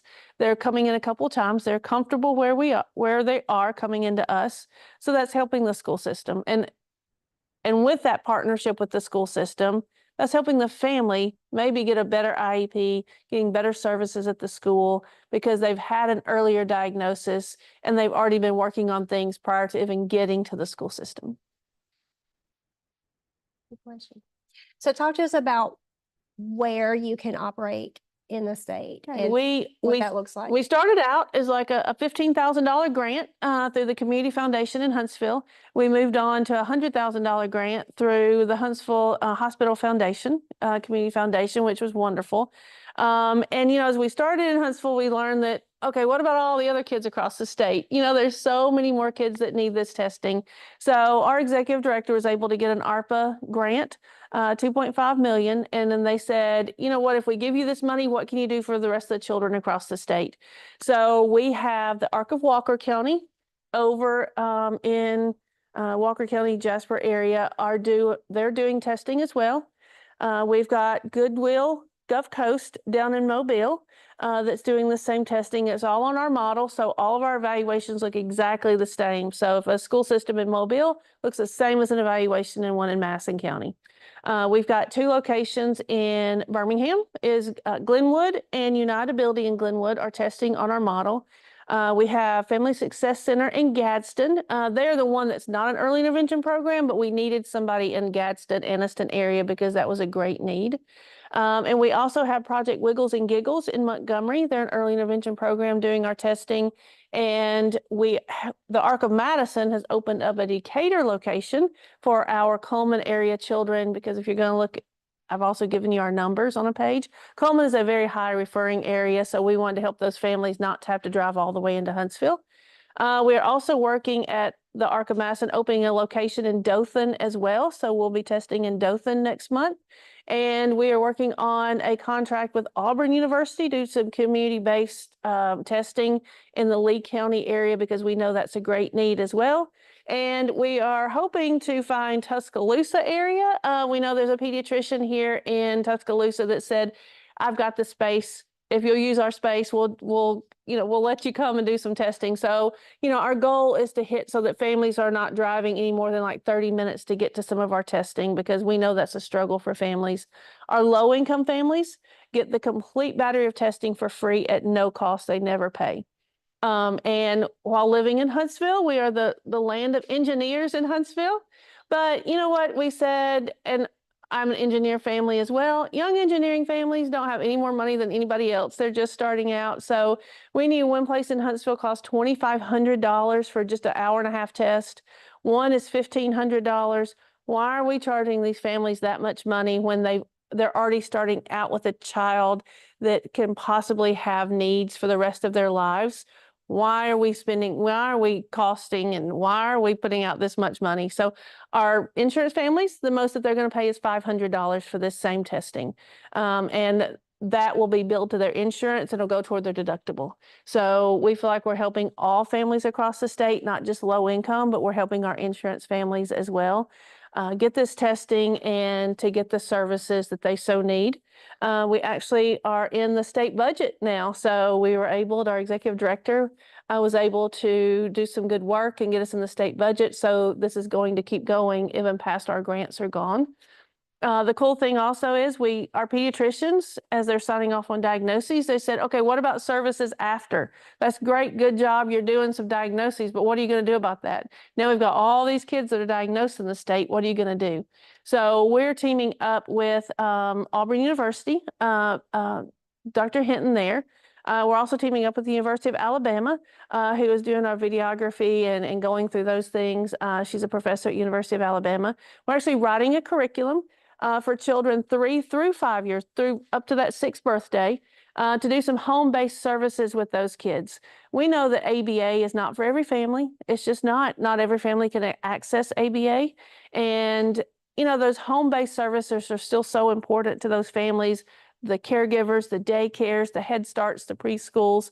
Just keep these kids where they are, support the teachers, support the families. So we're writing a curriculum so that professionals can be trained to specifically work with kids with autism through that 6th birthday. And so hopefully we can keep them in their classrooms and school success for these kids. We've got our pilot going with that through an Innovate Alabama grant. So we've got a pilot. We've got our first 25 families. We'll be adding about 15 more families next month. So it's going to be a research-based curriculum because we realized when we were looking at what training is out there specifically for that age group for autism. There was one study in 2019 in New Zealand. That's it. It's in New Zealand. That's the only training there are specifically with children diagnosed with autism. So we're going to create that curriculum. Once we create it, we pilot it, we've got it researched. We're going to spread that across our partners across the state and offer those visits to other families across the state. Our pre-K system, our Head Start systems are super excited about that as well, because that means if we're going in teaching those teachers who are a lot of times not equipped, they've got 20 kids in a classroom, we've got 2 with a diagnosis. How do I work through those kids and keep them in that classroom? Because we know they're getting kicked out of the classroom. If they're getting kicked out of the classroom, mom or dad or somebody's got to quit their job to stay home with that child. Therefore, the financial strain is put on the family. Therefore, the divorce rates are going up because there's a financial strain on the family. So if we can figure out a way to support these teachers and keep these kids in the classroom, then we all succeed. And the state is itself, because that one little kid stayed in that classroom, maybe that kid's going to turn out to be an engineer or something where before maybe they weren't. So, our goal is not just to help the kids when they're little, but put them on a path to help them when they're older as well. That's huge. I'm so excited. So there's so many things. So it's pretty exciting, the things that we're doing. Talk to us real quick because you've got a whole page full of. I've given you guys so much stuff. You've got it right in front of you, but you've got a whole page full of numbers and data. And that's not my wheelhouse, but I love to see the charts and the patterns in that. So talk to us about the trends that you're seeing, how things are trending and what those trends mean, how we can translate that. Well, if you're going to look, I've given you our numbers just for the Arc of Masson County in North Alabama. So we've gotten a little over 1,300 referrals for autism diagnostic testing for our age group.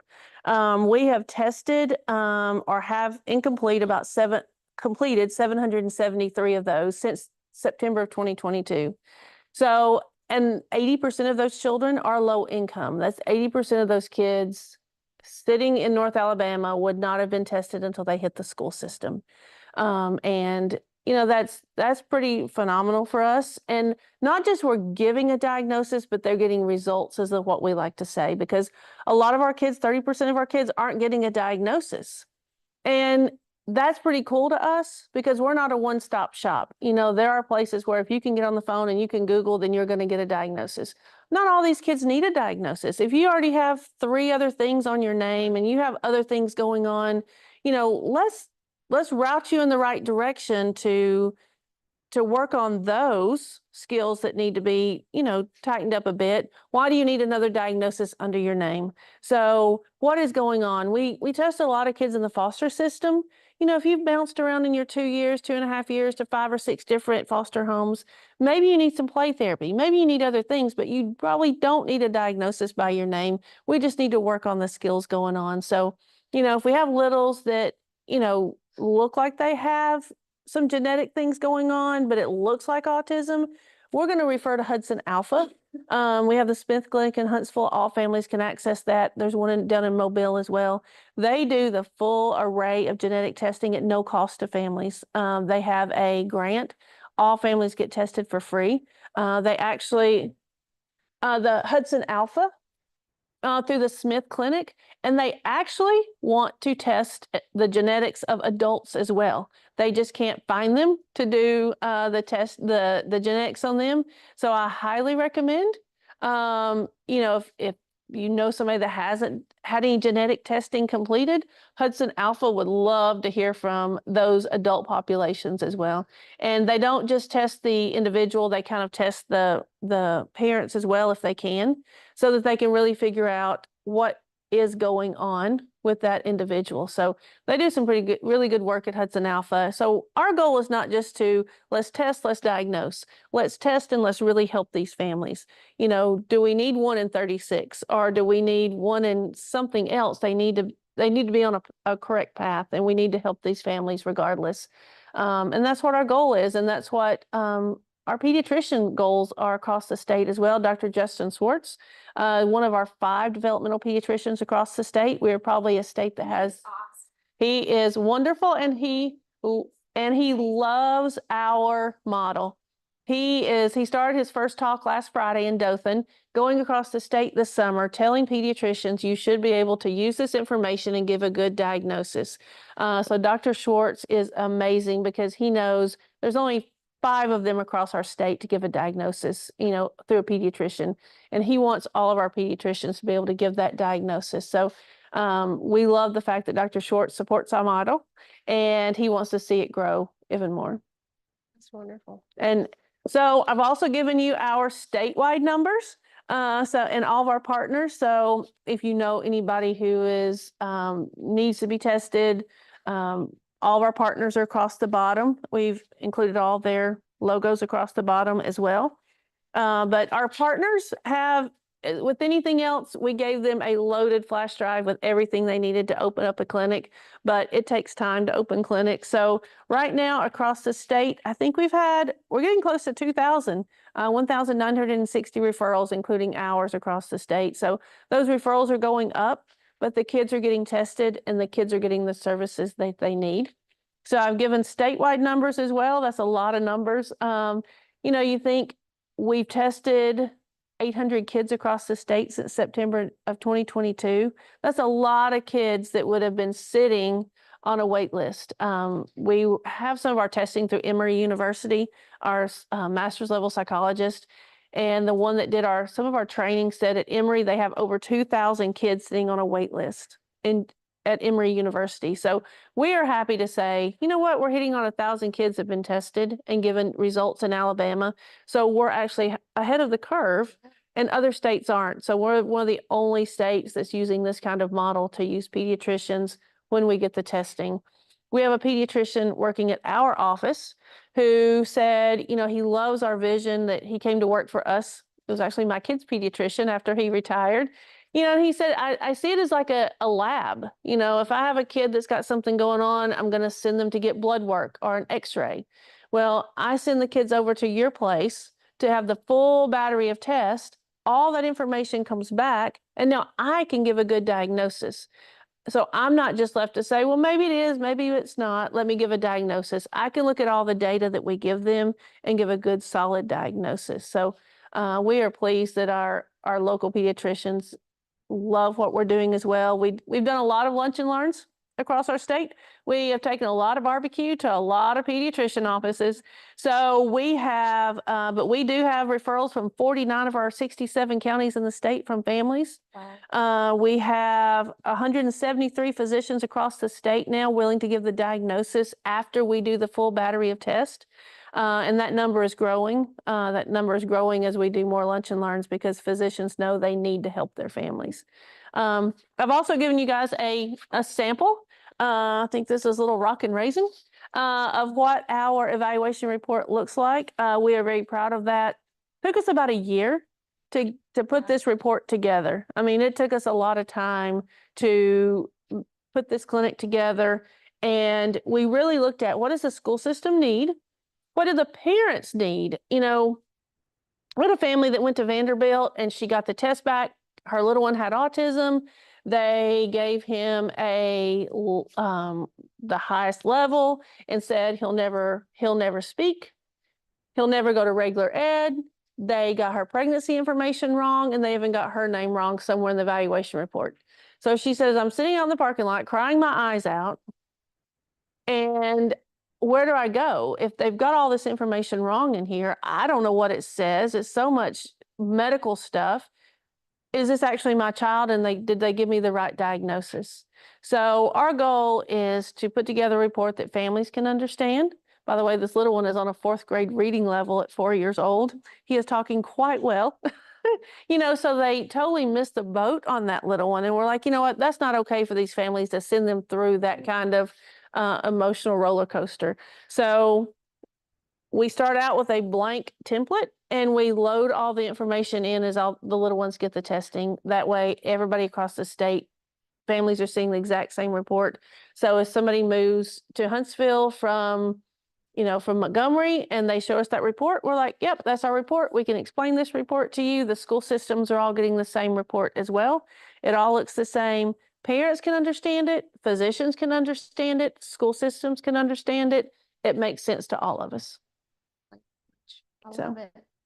That's a big hurdle right there in and of itself. I can't count how many doctors' notes I would go back and read, and I wish I'd gotten a degree in Latin just to be able to understand what they were talking about. So that's huge.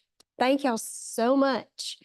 Any questions before we depart? This is exciting as well. I think this has huge impact for future generations going forward, not just about the progress being made, but what we learn on that journey with how to treat and how to facilitate our support. So this is great. I'm excited. Moving forward, if there's not any questions from our audience, and Alex, if there's any online that I need to address, let me know. I don't want to leave anybody out. What I want to do quickly is briefly overview the information we have to give out to you, but I wanted to focus on the community waiver program in and of itself, because that is Alabama's newest, latest and greatest waiver that's being offered. And like everybody's referring to it, it's not officially a pilot program, but it's being run as one because we are working things out as we see trends, as we see the need progress. And so the community waiver program is the primary waiver people will be placed on going forward. These are the service groups that it holds. Tim's going to bring it around to you. And these are the areas that it's operating in now. It's only in 12 counties currently, but it will expand. The counties that they serve are Baldwin, Elmore, Houston, Jefferson, Limestone, Madison, Mobile, Montgomery, Morgan, and Walker counties. And so those are the counties that are picking up people to serve through the community waiver program. If your county has not been listed or named, it probably will be soon. They're looking to open up a whole nother group of counties within 2025. So we're not quite there yet, but it's coming.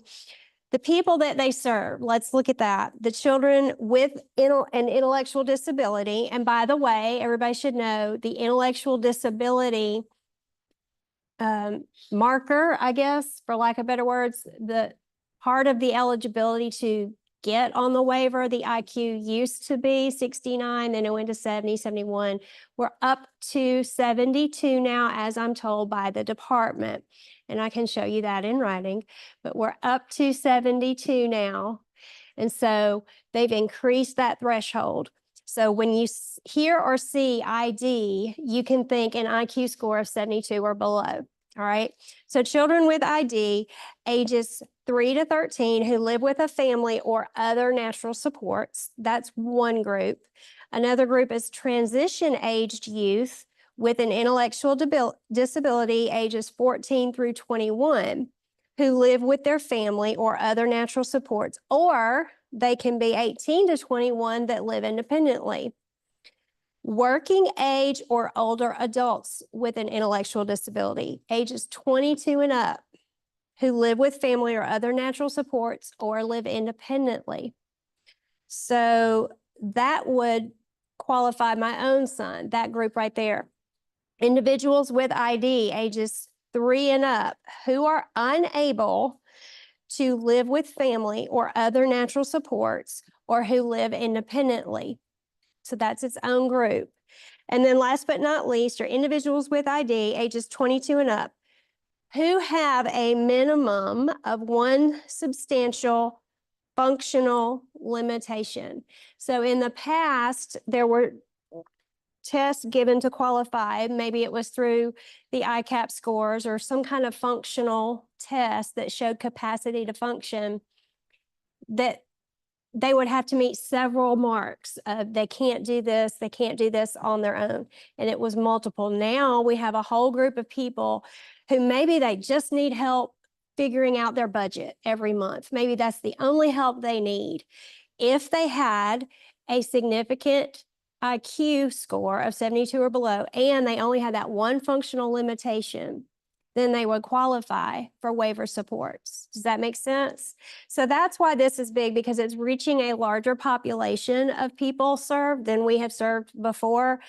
And we're going out to include independent living within that waiver support itself. So we're excited about the community waiver program. We hope that it continues. It has not created a need for people to move from their current waiver if they're on a different waiver, like living at home or sale.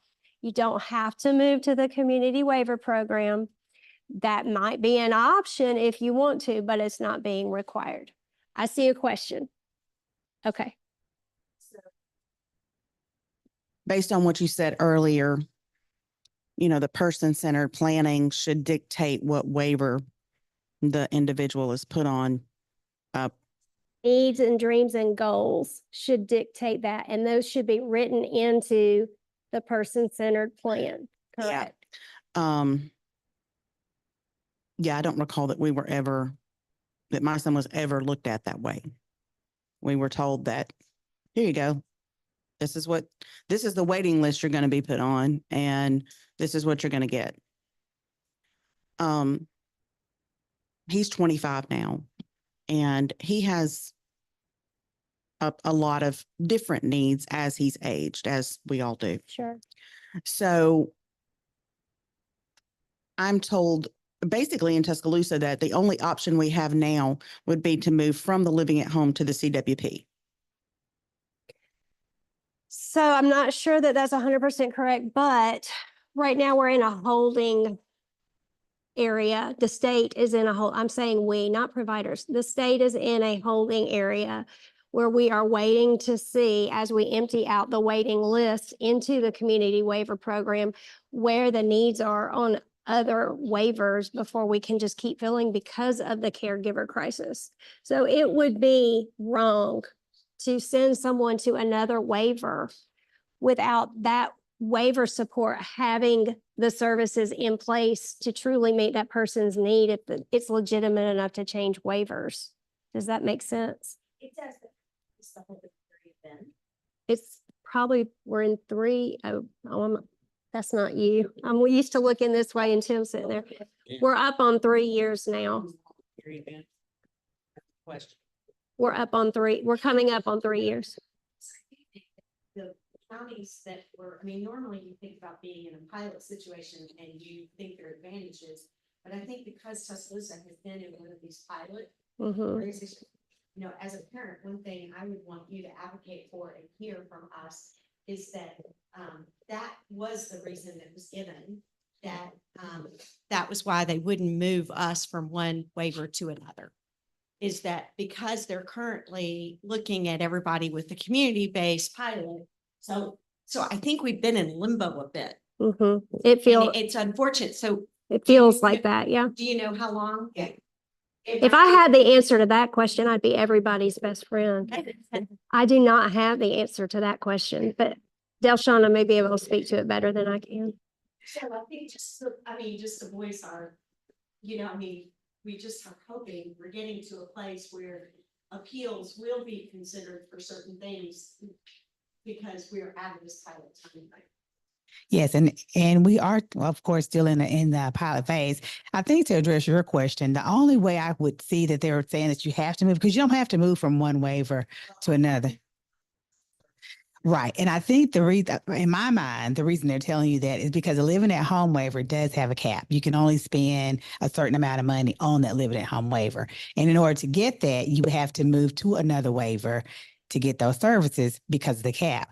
And right now, the only thing that is available, because we're in a pilot, is the CWP. So I would think that they're asking or telling you to move because ideally you would move to the legacy waiver, which has no cap, but that's not offered to us right now because we're in that pilot. We're in the pilot project, which is unfortunate.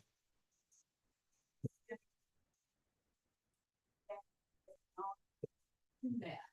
Is there a cap on that? Because if there's a cap on that, it's crap. It's not a cap, but only certain services are provided. That's the catch. So If you service the kid that you need, that is critical for you as their caretaker. And I think as advocates, those are the type of things that we need because we face that every day as a provider. We had an individual just this month that we're having to move services around because she is on a living at home waiver. So we had to take something away so she can get this. And it's a problem. So as advocates, and when we're talking to legislators and when we're going to Montgomery, these are the stories that we need to share. And We go every March. the quickest way is to get on that ADAP thing and voice that opinion. And that way we can get the lawyers involved right off the bat. And the CWP was basically the forefront of it around. Yeah. Yeah. And yeah. Yeah. And the question was when the pilot first came out was, oh, we want services, but we got to wait 3 years to get the services. Oh, let's create the CWP and get those people off the waiting list. And that's a good thing, but yet they didn't think about the people that was already receiving the services. So, yeah. Realize as a provider and that we were going to limit, like you said, when they said we were going to offer the CWP to address the people on the waiting list, that was great. We were all for that, not knowing that it was going to limit the other. Yes. Right. My understanding in the organization, the halt movement, while we are piloting something else, what we need is a time frame from which that halting needs to stop. Yeah. Right. So that's what we're, And- you're saying, which is that's the big question, but that's where I think it would just, because I think it's a little bit of accountability. Right. And hearing the parents, that's why we heard a lot of this last year when we went around and we're hearing it again. And that's why, I went to Associate Commissioner Sawyer and said, there's a lot of misconception, a lot of questions you're not putting out, they're not getting answers, or, you think you put, how can the Arc of Alabama help to do that? And that's why we're doing this. And we're doing all kind of trainings, town halls, town talks, the disability conference I'll talk to you about in a minute. And we're going with the help of ADAP and other providers, what was that? ASAP. And we're going to and knocking on the door and saying, this is what we're hearing. We love what you did with the CWP and why you did it, but this is the next problem. And so we hear you and we're trying to get in there. What's the time period? We're getting the same answers you are. Okay. Yeah, exactly. And that's why, believe me, we're hiding the oil can for you. Okay. All right. So, yeah. Right. See that by being part of a pilot program. Right. Our individuals have been put into a holding pattern that we need to know how to manage during that time, and if that time is going to be up in a year or 5 years or. And initially I thought it was just a 5-year. Right. Now, what happens if in this? We're almost 3 years in. Yes. There needs to be. There needs to be some. Yeah. So, and I don't know the answer to that, but yes, there needs to be some. She said that we're 3 years into the pilot. Right. The pilot originally was to be 5 years. So we're making it at least 2 years. Halfway down. No more than half. Right. And I'm sure that the people who've been on waiting list have absolutely no services are very grateful. They're getting some services while we're still clamoring. So I mean, I think that's. I heard, but even the ones that have the bare minimum, sometimes they regress. They lose. Sure. Because my kid. And that's a lot of where I would highly encourage you, strongly encourage you to utilize the ADAP priorities QR code, because that's what ADAP is here for. As a mom, I can just tell you, if you go to allison.gov, Allison, it was with one L, ALISON.gov. You can see, you can find your local representatives. Start there, start at your city council, talk to your local representatives. And we personally know the representative here for Tuscaloosa, Cynthia Allman, and I can tell you, she would love to hear from you about these things. Talk to your local representatives yourself so that when they go back into session, they've already heard from you. You've already laid that foundation for whatever kind of legislation might be on the table. Your voice really can make a difference, and they love a good personal story. They love to be able to put a name with a face so that they can say, this is happening in my state, in my county, in my district, and move forward with the issues that you bring to their concern. So that's one way. Did you have another question? Yeah. Next question. Or maybe it's just a statement, because I'm sure you're not going to have an answer to this, is the fact that there is a lack of inclusive out-of-school care for an individual who is incontinent. There's not one facility, one program You're in talking this about city. daycare or after school? I'm talking about adult. For adults, once they've transitioned out of school? Yeah. I got you. Okay. Secondary. There's not one in this city, the size it is, to where I could send my son and his needs would be taken care of. We've tried. And the answer to that was, well, you know what? You can come and change him. I don't think that's okay. And I would love to hear what ADAP had to say about that, because that's more of a right, not a favor. Well, and I did bring it up to ADAP, and because of the way it was presented to myself and my son, Mhm. I mean, at that point, he didn't want to go back. So And now he yeah, really you've doesn't gotten want to into it. go Yeah, I see where you're coming anywhere. from. But he loved it when he went. Mhm. But yeah, there's nowhere for an adult, just like there's nowhere for an adult to be changed Out in public. out in the community. Mhm. You know, we just don't have that. Yeah. So, yes, and he's in a wheelchair, so he's going to have to be lifted onto that changing table, and those kind of things, and that's not available here. If it is, I'd love to know about it. Yes, we do have individuals in our program that we change. Unfortunately, we don't have a changing table here. And you're right, in the community, definitely. And we've moved from more of a facility-based program to community-based. And in the community, it is hard to find places to change. All right, and I want to address that because that's this going forward year for the Arc of Alabama is we started in Mobile. We have a changing table and a lift unit that's going into their community center down, their civic center community down there. We've got with the Mobile airport to redesign a bathroom with the lift and the table.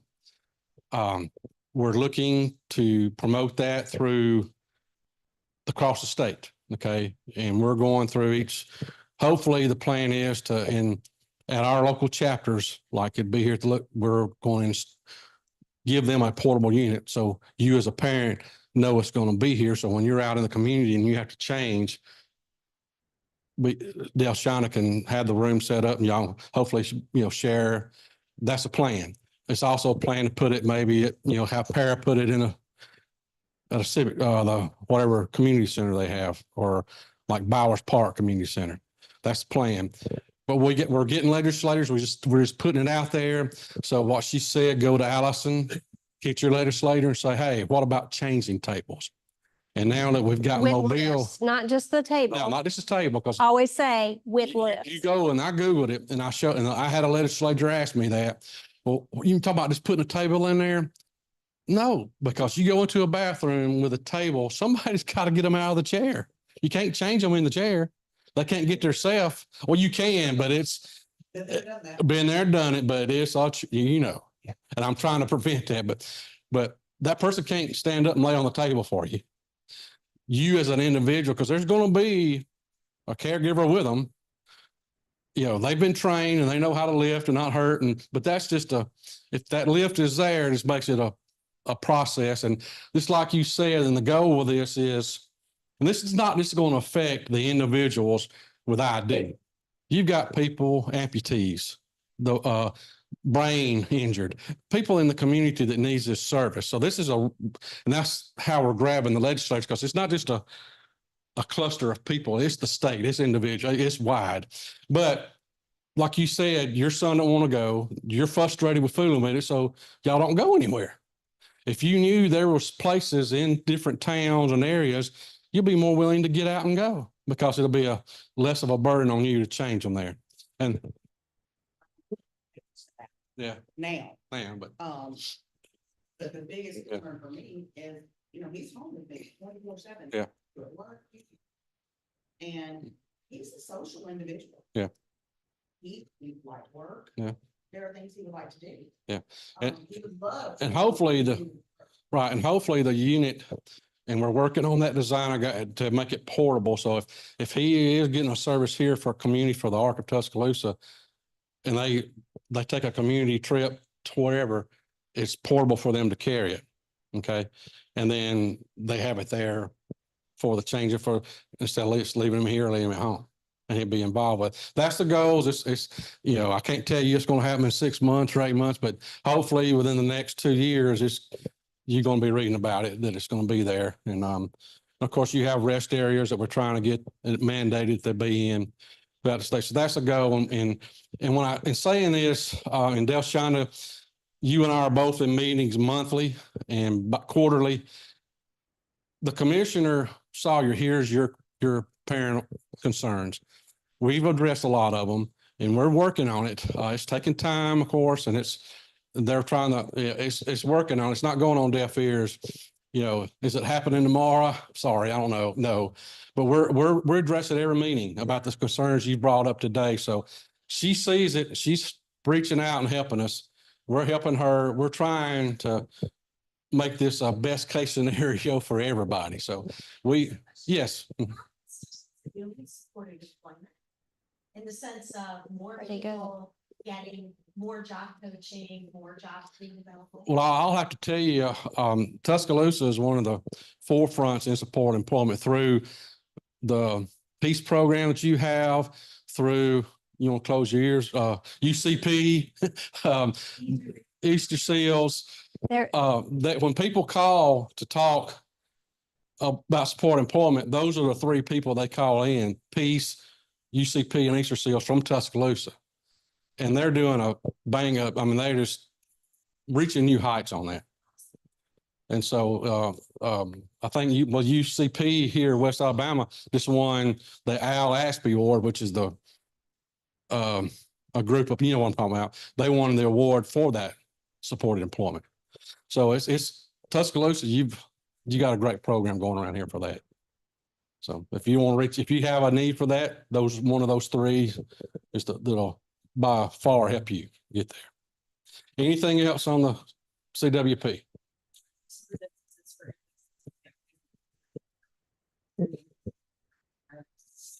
some of the differences, how so? In what way? What are you referring to? Differences in the process of how they're referred to homes and what that process is like. Well, I think the settings rule and the access rule that kind of buttoned all that up is going to be the biggest difference. Gone are the days where people go to a group home and sit there all day. That's over. That's no longer allowed. If you're receiving federal funding through a Medicaid waiver, the idea is access to food, access to the community, access to volunteer activities, access to the church of your choice, access, a key to your own door, an enforceable rent. All of these things have changed the face of what you're describing as going to and sitting in your own home. So that's what HCBS was all about to begin with.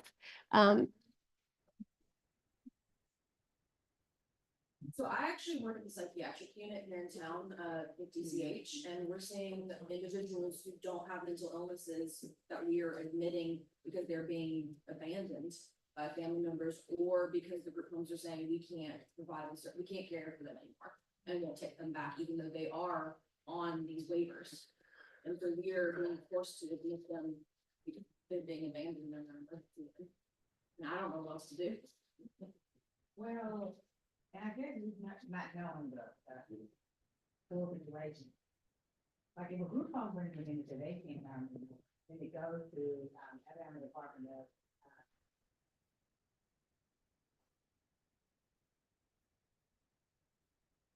it goes to another level, like we have our regional office, then we have our central office, it goes to the state. So if they're on a waiver, then they are, I don't know if they're burden, but well, we're both.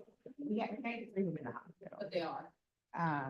We had somebody where the group home was like. And it was it a group home for people with intellectual disabilities? It was a UCP group home.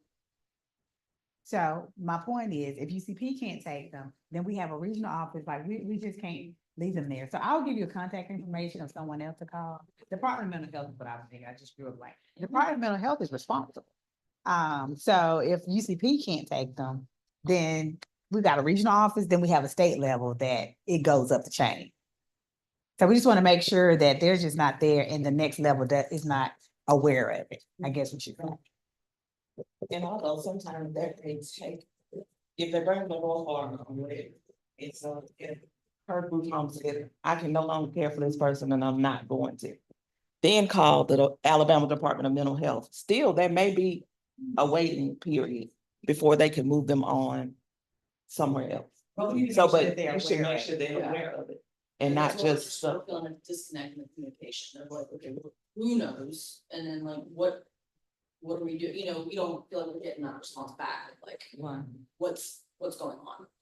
that should always be a response, but Department of Mental Health would definitely be that there. In terms of the kind. So they're online, and I'll give it to you too, but if you Google the Department of Mental Health, they've got a little colored card that has a rainbow of bars with each department's 800 number under that. So if you're talking about someone who does not have mental illness, but they do have an intellectual developmental disability, those are their own separate departments. And you're nodding your head as if you've been there, done that. Okay. I've sent the information, I've tried to call or, given families that information, but it still feels very. Laborious, yeah. And all of our individuals have caseworkers. Amen. Right, support. Yeah, we're calling them. That might be another example of finding enough people to care enough and an introduction, a very poor introduction to the caregiver crisis that we're in. I hope not, but I would not be surprised. Stick around. We'll try to get some traction on that together. Before we close out, I want to make sure everybody is aware of self-directed services. So when you do have a waiver, self-directed services is another way to utilize your waiver services through the people of your individual's choosing. So y'all know Colby, my son, has his own team of supported decision makers.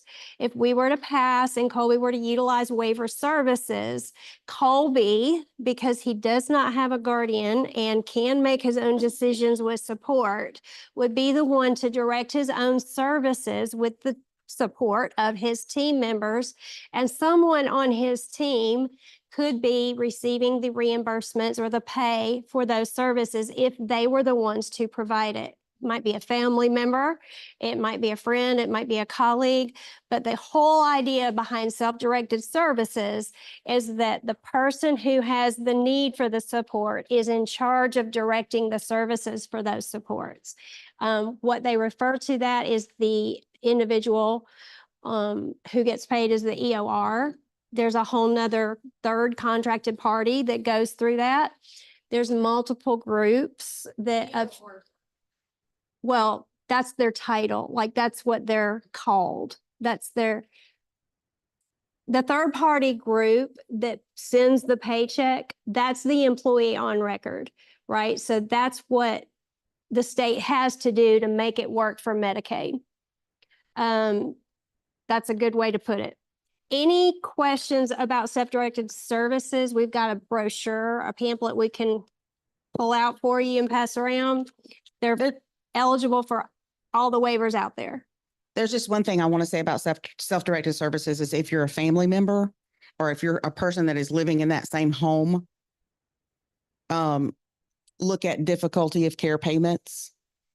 If you don't already know about that, if you're in the same home, it is, look, the IRS difficulty of care payments. There's a publication called 926, and that's with the IRS. And there's also an IRS notice 2014, which just means that you won't pay federal taxes on that money if you live in the same house. Thank you. But our caregivers do, I'm trying to remember that. Do our caregivers that don't live in the same home, they're also exempt from federal? No, they're not. They have to.